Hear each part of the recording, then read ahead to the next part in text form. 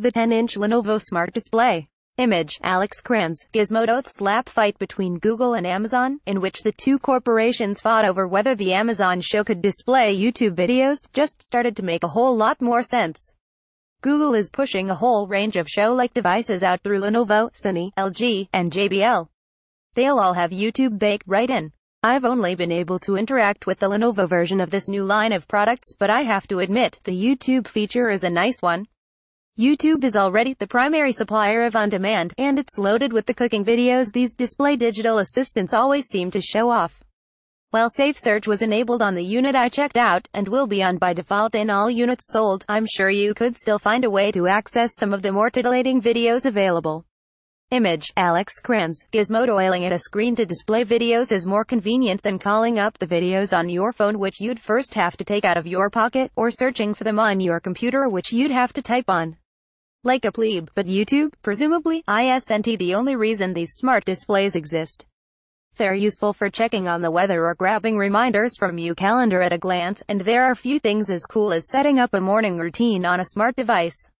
You can tell Google good morning and suddenly the lights are on, the weather is being announced, and then there's clips of the latest news from CNN. That's the kind of future Arnold promised us in Total Recall. Image, Alex Kranz. Gizmodo. Lenovo's Smart Display comes in two versions, a $250 10-inch version and a $200 8-inch version.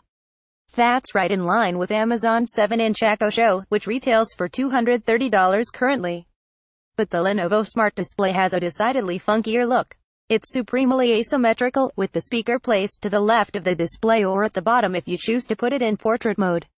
The back, which is lined in real bamboo, swoops out to one side, forming a weird optical illusion that makes it seem as though someone very strong has physically warped the device. A nice physical mute. Image, Alex Kranz. Gizmodo. There's a webcam directly above the display that you can use to make video calls to other smart displays or to any smartphone via Google Duo. And there's a physical mute switch if you want the smart display to stop listening to the chatter of everyone in your home. Unfortunately, you won't be able to customize the device's super simple home screen. A Google rep told Gizmodo that was because they preferred simplicity in this inaugural generation. Yes, there's a smart display version of Google Trivia, if that is your thing. Image, Alex Kranz. Gizmodo. Smart displays all operate on Google's IoT variant of Android Things. Because the Qualcomm SDA624 processor that powers the Lenovo Smart Display is designed specifically for IoT, there is no room for a cellular radio. Instead, the chip is focused on voice and camera processing. The performance required is higher than in smartphone, Seshu Madhavapeti, Vice President of Product Management, Internet of Things, at Qualcomm, told Gizmodo. He specifically pointed to the challenges of capturing quality video in homes, where lights are often a lot dimmer than a smartphone camera can handle adequately and consistently. Besides the smart displays coming from Lenovo, Sony, LG, and JBL, Google is also expanding the number of televisions and speakers that feature Google Assistant. Google Assistant. On the new LG OLED.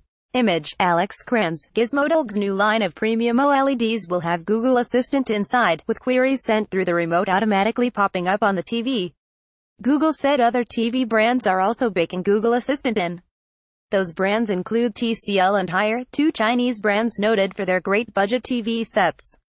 As for speakers, Google points to products from Bangladesh, Braven, JBL, and LG, among others. Even iHome, which is known for its iPod-focused alarm clocks, has a Google Assistant alarm clock now.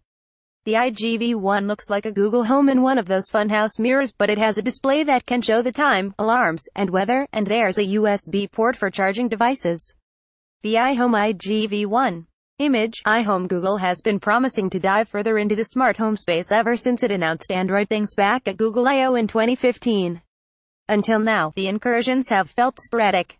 A Google Home here, a Google Assistant in a Sony TV there.